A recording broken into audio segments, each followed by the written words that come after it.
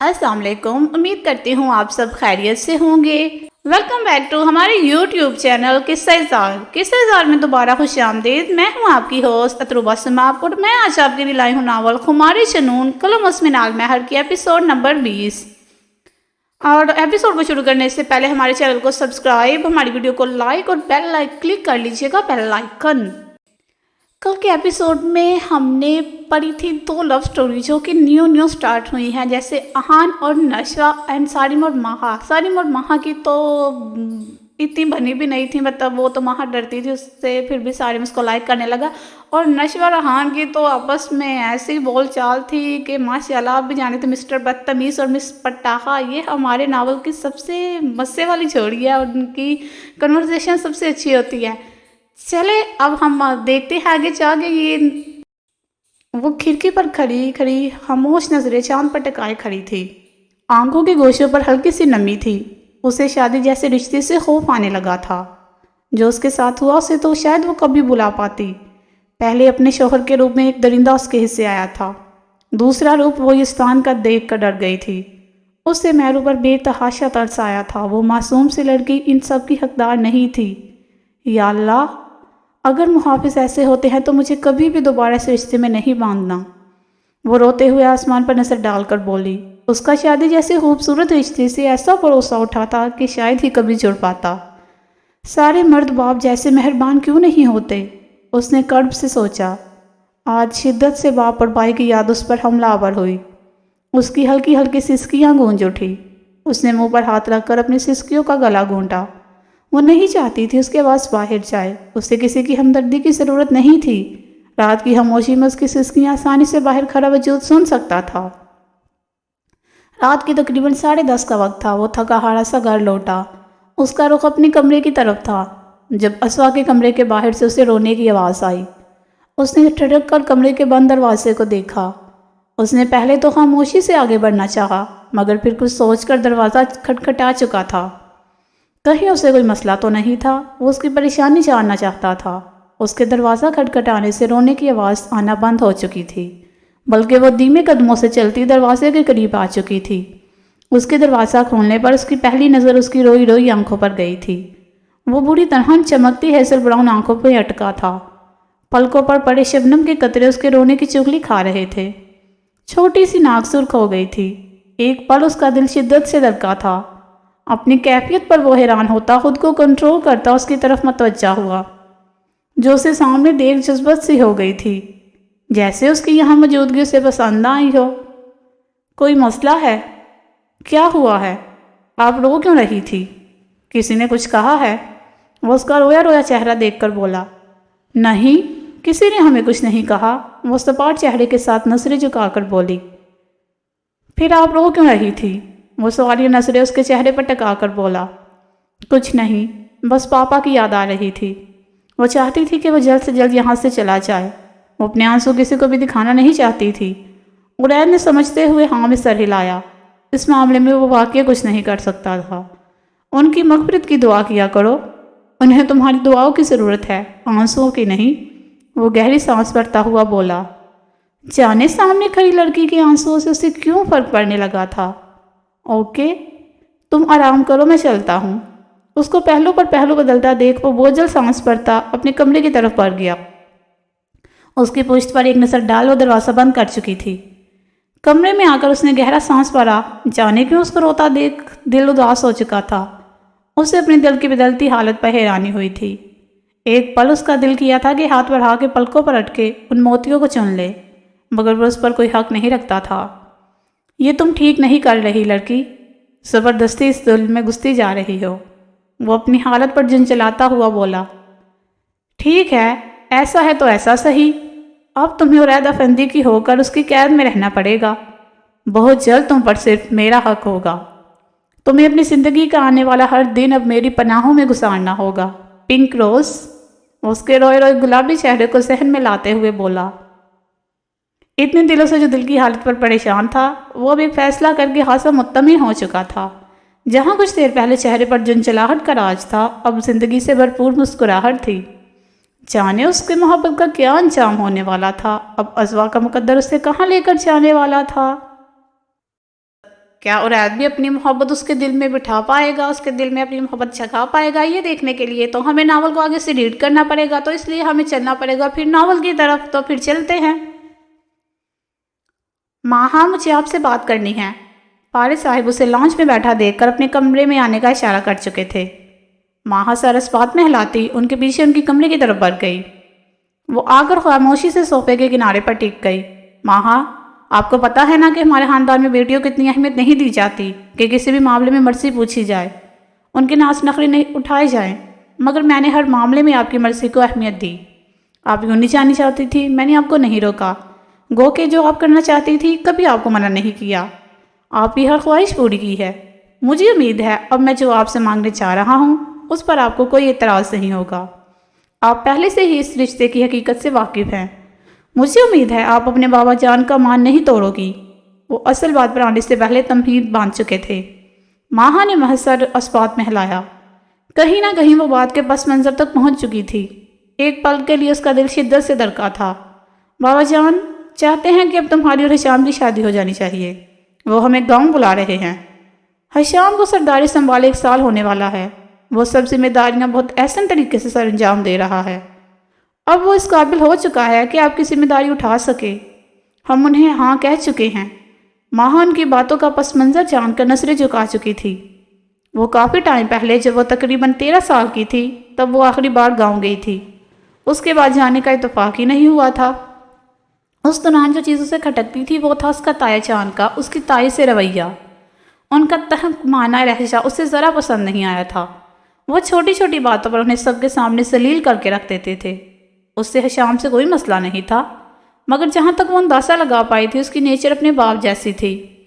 بس یہی چیز اسے بے حال کر رہی تھی۔ یہی ڈر تھا کہ اس کی زندگی کہیں تائی چاند جیسی ہو کر نہ رہ جائے۔ اس کے خواب، اس کی بڑھائی کہیں روک دی نہ جائے۔ اس کے دل میں کوئی نہیں تھا کہ وہ انکار کرتی، مگر وہ حشام کو کبھی بھی اپنے لائف پارٹنر کے طور پر تصور نہیں کر سکتی تھی۔ اس نے اللہ سے دعا کی تھی کہ کاش اس کی زندگی میں ایسا کوئی آئے جو اس سے غلام نہیں، اس سے واقعی ہی اپنا ہم سفر سمجھے، جو اسے پیچھے دھکیلنے کی بجائے اپنی محفوظ تحفظ میں لے کر زمانے کے سرد و گرم سے بچا کر ہر منزل پار کروائے، جس کے ساتھ وہ قدم سے قدم ملا کر چل سکے، نہ کہ وہ جو اسے نوکرانی کی طرح ٹریٹ کرے۔ مگر اس پل اسے یوں لگا اس کی ساری دعائیں رائگاں چلی گئی ہوں۔ وہ باپ کے سامنے کوئی اعتراض نہ کر سکی۔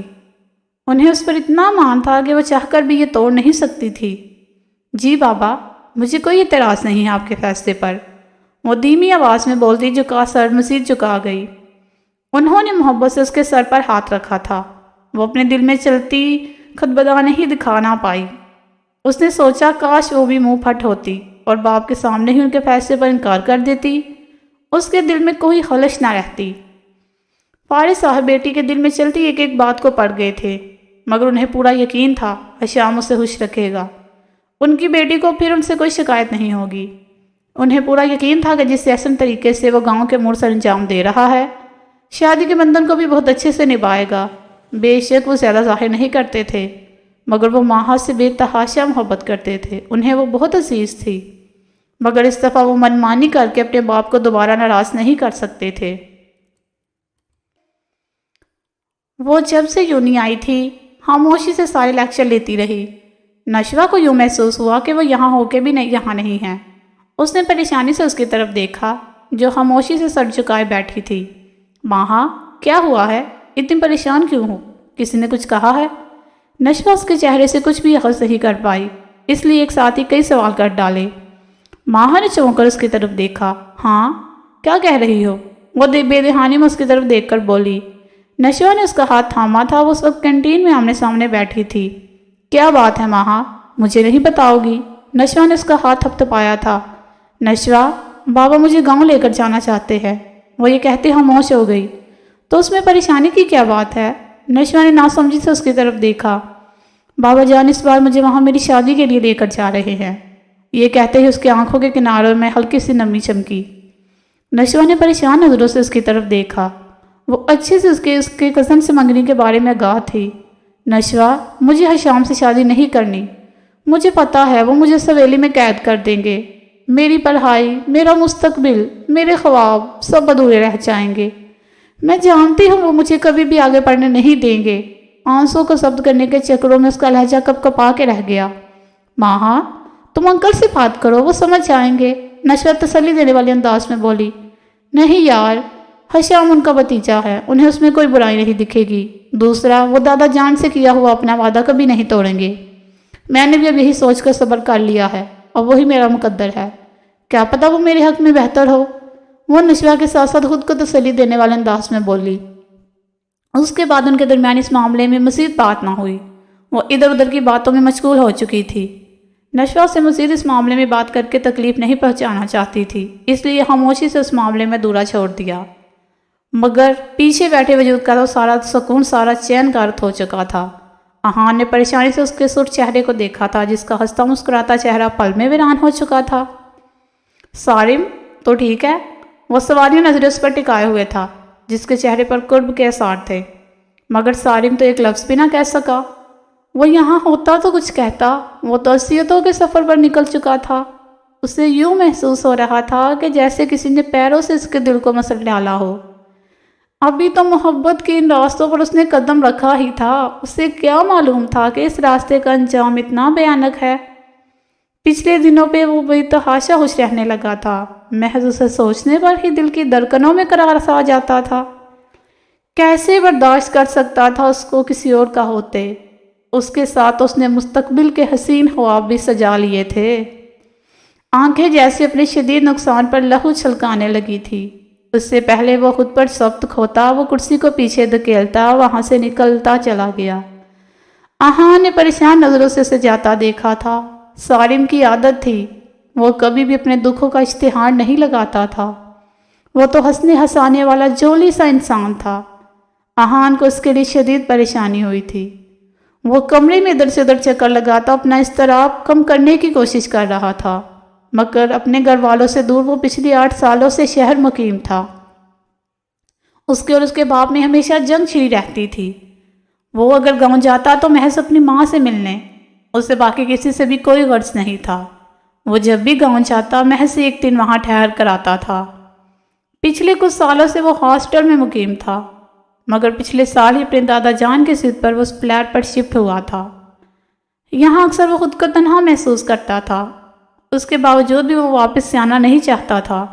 جب وہ وہاں جاتا تھا محض گھر کا ماحول خراب ہوتا تھا، اس لیے وہ وہاں جانا پسند ہی نہیں کرتا تھا۔ اس نے اپنے گھر کے حالات کے بارے میں احان کو بھی کبھی نہیں بتایا تھا۔ احان کو لگتا تھا کہ وہ اپنی مرضی سے موج مستی کے لیے یہاں مقیم تھا۔ جب سے ماہا اس کی زندگی میں آئی تھی وہ خوش رہنے لگا تھا، اس کے جذبے اس کے لیے سچے تھے۔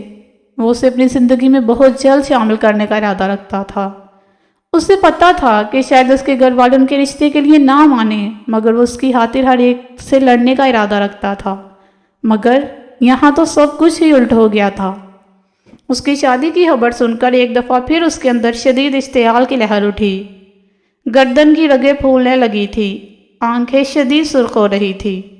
اسے اب اندازہ ہو رہا تھا کہ وہ لڑکی اس کے لیے بے حد ضروری ہو چکی ہے، اس کے بغیر زندگی کا تصور بھی نہیں کر سکتا تھا۔ تمہیں میری ہونا ہوگا ہر حال میں، وہ بال مٹھیوں میں جکڑ کر چلایا۔ اسے ماہا کو اپنا بنانے کے لیے ہر ممکن کوشش کرنی تھی۔ جی تو کیسی لگی آج کی ایپیسوڈ، کمنٹ سیکشن میں ضرور بتائیے گا۔ آج کی سٹوری میں ہم نے ریڈ کیا ماہا کے ساتھ غلط کر رہے ہیں، باقی اب دیکھیں سارم اس کی محبت میں آگے کیا سٹیپ لیتا ہے، تو یہ جاننے کے لیے ہمیں پڑھنا پڑے گا ناول کو ریڈ آگے سے، تو اس کے لیے ہمیں کرنا پڑے گا ویٹ۔ تب تک کے لیے آپ خوش رہیں، اپنا خیال رکھیں اور ہمیں دے اجازت۔ اللہ حافظ۔